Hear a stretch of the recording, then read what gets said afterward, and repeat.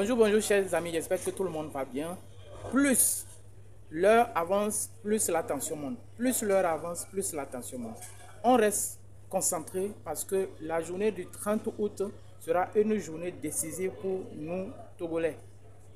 Quel que soit notre point, notre position, quel que soit l'endroit où nous serons, sachez que la journée du 30 août 2025 sera une journée décisive pour nous tous. Depuis que Depuis que l'annonce ou bien la programmation de la date de manifestation a été donnée, sachez que la pression ne fait que monter. Et plus nous avançons vers l'heure décisive, plus la tension continue de monter. Et surtout la dernière sortie des auteurs ou des personnalités comme M. Amron, qui a encore promis d'être dans les rues avec les populations aux côtés de la jeunesse pour cette marche. Depuis que les auteurs comme Madame Nyakade aussi s'est prononcée et a promis être aux côtés du peuple pour cette marche, surtout qu'elle est déjà prête, engagée, déterminée et motivée pour cette marche. Depuis que les auteurs, les personnalités telles que Madame Brigitte Adiamagbo Johnson aussi s'est prononcée et a promis être dans les rues avec la population. Donc, depuis que d'autres auteurs se sont encore prononcés, sachez que la tension a changé de température. La tension a augmenté sa température auprès du système RPT uni, donc dans le camp et dans la maison de Nyasingé. Peuple togolais, tu dois être prêt. Parce que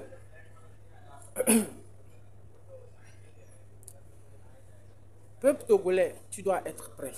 Parce que sache que pour donner le courage à ces décideurs, notamment les militaires, nous avons vu comment Mme Nyakade les a interpellés et les a invités à rejoindre le rang de la population, à rejoindre le rang de la jeunesse, à se ranger du côté de la jeunesse pour libérer ce pays.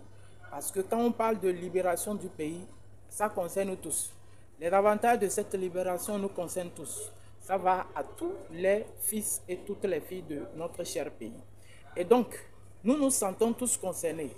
Les militaires se sentent aussi concernés parce qu'eux aussi, ils ont leurs femmes, ils ont leurs enfants qui fréquentent les mêmes écoles qui ont été mal construites, qui roulent sur les routes mal construites, qui aussi subit la pression et aussi les effets néfastes de l'endettement que le système RPT uni ne fait que augmenter pour le pays. Donc nous tous, nous recevons, nous sentons les effets de cette malgouvernance, de ce régime cinquantenaire que nous combattons tous.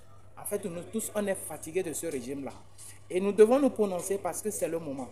C'est le moment parce que l'histoire retiendra. Sachez très bien, et je ne cesserai jamais de le dire, les autres peuples ont libéré leur pays par eux-mêmes.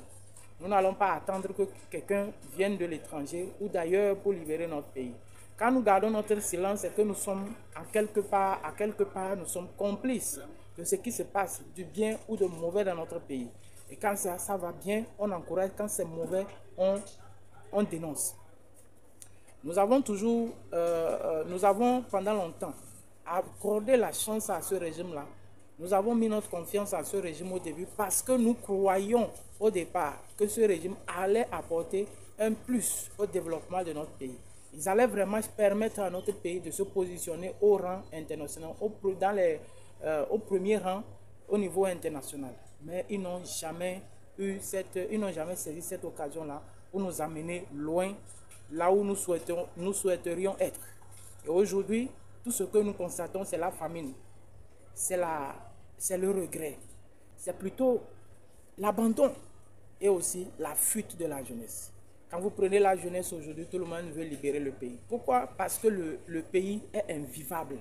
Le pays que nos parents nous ont laissé dans de bonnes conditions aujourd'hui, ça a été rendu invivable par la mauvaise gouvernance et surtout par l'échec d'un système pendant 50 ans. Et donc le temps est arrivé, l'heure a sonné.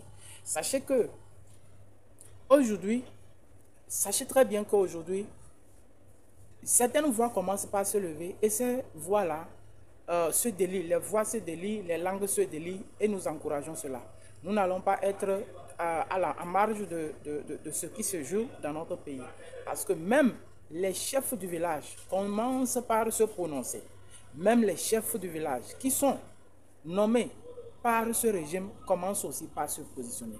Les chefs du village aussi promettent se mettre dans les rues aux côtés de la population, du peuple, pour dégager, pour dire dégage Faure Gnassingbé parce que tu as échoué et quelqu'un d'autre n'a qu'à venir faire ses preuves. Ce n'est pas moi qui le dis, c'est ces personnalités qui le disent. Et donc, nous invitons tout le monde, la jeunesse, ainsi que les leaders d'opinion politique. Nous invitons aussi les leaders religieux, tels que les prêtres, n'est-ce pas? Les prêtres, eux, nous en connaissons leur position, mais nous les invitons plus à se positionner et à aussi se mobiliser pour descendre dans les rues parce que nous tous, nous voulons inonder les rues de la capitale, inonder les rues des villes, inonder les rues des villages. Il faut que toutes les rues soient inondées de peuple, de population. Il faut que les caméras qui vont se braquer sur le pays aujourd'hui, il faut que les caméras qui vont se braquer sur notre pays à partir de demain, le 30 août 2025, puissent savoir que réellement le peuple en a assez de ce régime cinquantenaire. On en a marre, vraiment. Et donc, pour que cela réussisse, il faut que toutes les rues, Mme Yakadé dit qu'il faut se mettre sur les trottoirs. Mais les trottoirs ne changeront rien. On va se mettre partout. Partout où il faut, on va se mettre. On va se mettre. Il n'y aura plus de passage. Donc, que ce soit les rues, les ruelles, les voies, les quoi, je ne sais pas. Partout où il y a passage, on se met là. Parce que trop, c'est trop et ce régime doit le sentir. On veut que Faure Gnassingbé quitte le pays. Il n'a qu'à prendre son hélicoptère, aller se réfugier quelque part. Et nous allons entamer le Togo. Parce qu'aujourd'hui, il obstrue le Togo. Aujourd'hui, il fait l'ombre du pays. Aujourd'hui, il fait l'obscurité sur le pays. On ne peut pas permettre à ce que un seul individu cache la lumière du pays, de tout un pays. Un seul individu empêche le pays de briller par son échec dans la gouvernance, par sa mauvaise gouvernance, par son laxisme face à la corruption, face à son laxisme, face à la torture et tout ce qu'il y a de mauvais comme vous pouvez le voir. Et donc, sachez que nous allons faire comme les Ivoiriens.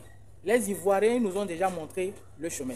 Les Ivoiriens nous ont déjà montré par leur dernière descente dans les rues que c'est le peuple qui a le pouvoir, que c'est la jeunesse qui a la force.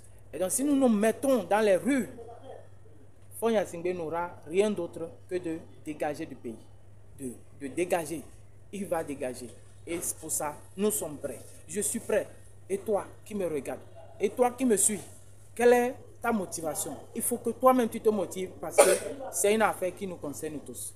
Et donc rendez-vous pris à partir de demain. Mais attention, soyez vigilants. Soyez vigilants à partir de cette nuit.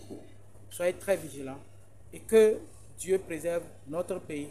Et que Dieu aide la jeunesse à se construire, à se mettre, n'est-ce pas, dans cette... et que Dieu nous assiste dans cette lutte. Et qu'à la fin, la victoire soit au peuple togolais. Merci, à très bientôt.